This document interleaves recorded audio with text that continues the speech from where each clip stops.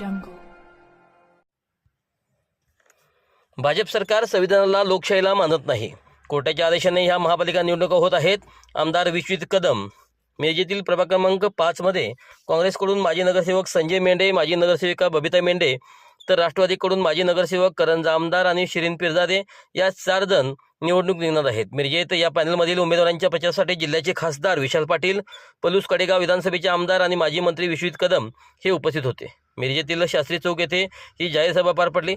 सभेसाठी राष्ट्रवादीचे विधान परिषदेतील आमदार इद्रिस नाईकवाडी, ज्येष्ठ नेते किशोर जामदार हे उपस्थित होते. सभेत बोलताना आमदार विश्वित कदम यांनी भाजपवर टीकास्त्र सोडले. भाजप सरकार हे संविधानाला व लोकशाहीला मानत नाही, तर सामान्य लोकांच्या मतदानाच्या अधिकाराला हे सरकार मानत नाही. भाजपला स्थानिक स्वराज्य संस्थांच्या निवडणुका घ्यायच्या नव्हत्या. कोर्टाच्या आदेशाने या निवडणुका होत आहेत. नगरसेवक पदाचा कार्यकाळ संपल्यावर महापालिकेवर प्रशासकाला बसवून कोट्यवधी रुपयाचे टेंडर काढून राज्य सरकारने भ्रष्टाचार केल्याचा आणि आपल्या काही प्रभागाचा आणि लोकांचा विकास केल्याचा गंभीर आरोप आमदार विश्वित कदम यांनी लगावला आहे. तर सांगली मिरजेतील भाजपची सत्ता असून दोन्ही शहरे मागे गेली. शहरात आठवड्याला खुनाची घटना, तरुण नशेखोरकडे गेले आहेत कारण तरुणांच्या हाताला काम नाही. 2 आमदार असूनही कोणताही मोठा उद्योगधंदा आणला नाही, अशी बोचरी टीका भाजपवर केली. तर खासदार विशाल पाटील यांनी गुन्हेगारीने राहणाऱ्या पुरोगामी विचारांच्या मिरजेला जातीय वादात नेले. या ठिकाणी भाजप आली. भाजपला मिरजेबाबत राग आहे. मिरजेत होणारे मतदान भाजप विरुद्ध आहे, हे भाजपला आवडत नाही. यासाठी सूड उगवायचा म्हणून मिरजेत निधी आणून बुजून भाजपकडून अपुरा देण्यात येतो. त्यामुळे मिरजेत गेल्या वेळी 12 नगरसेवक भाजपचे होते. यंदा मात्र एकही सीट भाजपला जिंकू द्यायची नसल्याचे खासदार विशाल पाटील यांनी यावेळी सांगितले. त्यामुळे महापालिका निवडणुकीत भाजपला सत्तेपासून बाजूला ठेवण्यासाठी काँग्रेस राष्ट्रवादीला मतदान करण्याचे आवाहन यावेळी करण्यात आले. सामोरे जात आहोत. येणाऱ्या 15 तारखेला आपण मतदान करत आहोत की त्या बाबतीत मी अत्यंत चांगलं मनोगत त्यांनी आपल्या सर्वांच्या समोर मांडले. मुळात म्हणजे हे जे 4ही उमेदवार आहेत हे सर्व चांगले उमेदवार आहेत. अनेक वर्ष त्यांच्या कुटुंबातल्या काही सदस्यांनी महानगरपालिकेमध्ये नगरसेवक पद भूषवलं आणि एक सामाजिक राजकीय कार्याचा वारसा घेऊन त्या कुटुंबातील त्यांच्या ज्येष्ठांचा आशीर्वाद घेऊन ही सगळी मंडळी अनेक आता महानगरपालिकेसाठी उभी आहे.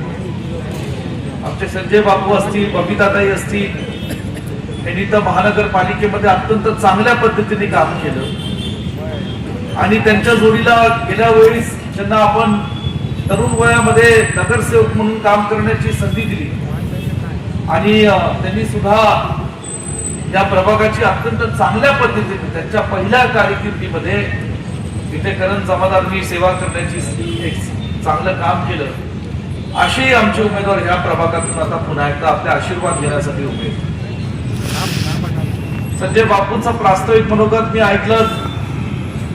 सगळी मंडळी चांगलं बोलली आणि प्रत्येकाने महानगरपालिकेचं महत्व आपल्या सर्वांना सांगितलं. पण मला आपल्याला सर्वांना एक विचारायचं आहे की सन 2018 साली महानगरपालिकेची निवडणूक झालेली होती आणि 18 साल्यानंतर कायद्यानुसार, नियमानुसार, घटनेनुसार आपली महानगरपालिकेची निवडणूक ही पुन्हा एकदा सन 2022-23 साली होणार होती. 23 साली होणारी निवडणूक ही प्रत्यक्षपणे जानेवारी महिन्याच्या सन 2026 साली होती. जवळ 3 ते 4 वर्षाच्या कालावधीमध्ये या संपूर्ण महाराष्ट्रामध्ये आणि सांगली शहरामध्ये या निवडणुका व्हायला हव्या होत्या, परंतु जाणीवपूर्वक या निवडणुका संपूर्ण महाराष्ट्रामध्ये थांबवण्यात आल्या. आरक्षणाच्या नावाखाली चुकीचे केला असेल, मागच्या 2 टर्मच्या खासदार केला असेल, या मिरज शहरात सुद्धा भाजपला मताधिक्य देण्याचं काम या ठिकाणी झालं. एवढा पुरोगामी विचाराचं शहर असलेलं मिरज, गुना गोविंदानं एकत्रितपणे नांदणारं मिरज, ह्या ठिकाणी भाजपने येऊन जातीचा, धर्माचा तेढ निर्माण करून, भांडणं लावून, स्वतः सत्ता काबीज करून जनतेला लुटायचं काम केलं. म्हणून ह्या वेळेला ह्या निवडणुकीत ताकदीनं त्यांचा पराभव करण्यासाठी आम्ही सगळे पुढे आलो आणि येताना असं लक्षात आलं की एकटं या भाजपचा पराभव करणं कदाचित आजच्या परिस्थितीत आम्हाला शक्य नाही, पण जेवढ्या ठिकाणी या ठिकाणी आम्ही त्यांना पराभूत करू शकतो, आमच्याकडे चांगले उमेदवार होते त्या ठिकाणी काँग्रेस आणि राष्ट्रवादी काँग्रेस तुतारी या चिन्हावर आम्ही निवडणुका लढल्या आणि बाकीचे उमेदवार जे भाजपला पाडण्यासाठी सक्षम आहेत त्या उमेदवारांसाठी ह्या उर्वरित जागा आम्ही सोडल्या. या मतदारसंघात संजय बापूंनी खूप मोठी विकास कामं उभी केली. गेले 4-5 टर्म ते या ठिकाणी त्यांनी आणि त्यांच्या वहिनी बबिता वहिनी ह्या दोघंही मोठं काम करतात. बापूंनी मी खासदार व्हायच्या आधी सुद्धा आणि खासदार झाल्यावर सुद्धा भांडून माझ्याकडे निधी दिला आणि बापूंची ती कामाची पद्धतच आहे. एकदा मागे लागले तर ते काय सोडत नाहीत, खूप चिकाटीने कामं मागे घेतात. जिल्हा नियोजनच्या समितीतला फंड असो नाही तर माझा खासदार फंड असो, हा भांडून त्यांनी माझ्याकडे कामं मंजूर करून तुमच्यासाठी देतात आणि सगळी झालं तर पुन्हा येऊन बसतात. कामाचं काय म्हटलं, आत्ताच दिली तुम्हाला बऱ्यापैकी निधी दिला. अहो तो बबिता मेंढेचा दिला, संजय मेंढेचे पैसे कुठे आहे आणि परत संजय मेंढेची यादी घेऊन परत अनेक कामे होतात.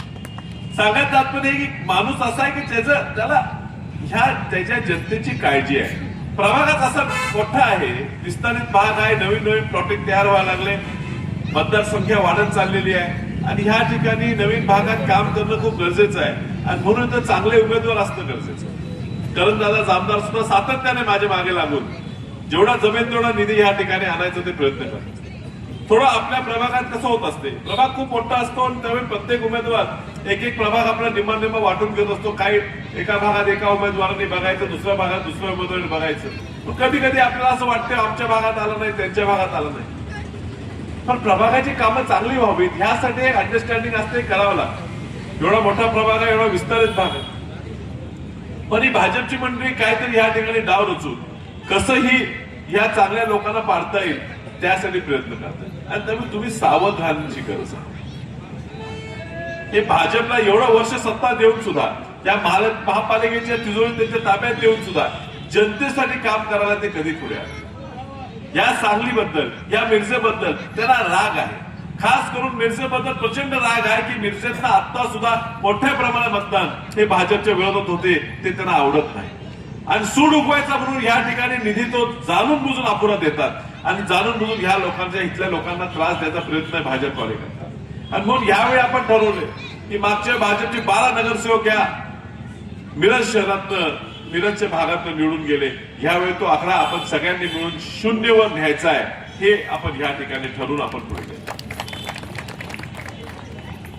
काँग्रेसचा मागच्या वेळेला बापूंनी या ठिकाणी मिरज शहरात निवडून येऊन मिरज शहरात आपला काँग्रेसचा झेंडा जिवंत ठेवला.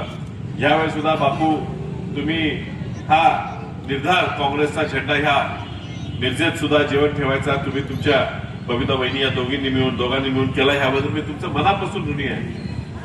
त्यामुळेच आज ह्या मिरज शहरात गल्ली गल्लीत आज काँग्रेसचे कार्यकर्ते जे आहेत त्यांना एक आधार मिळतो. या ठिकाणी याच गल्लीत काम करणारे आमचे योगेश आबा जाधव सारखे कार्यकर्ते 20 नंबर प्रभागात त्यांचं काम आहे, ह्या 5 नंबर प्रभागात त्यांचं काम आहे.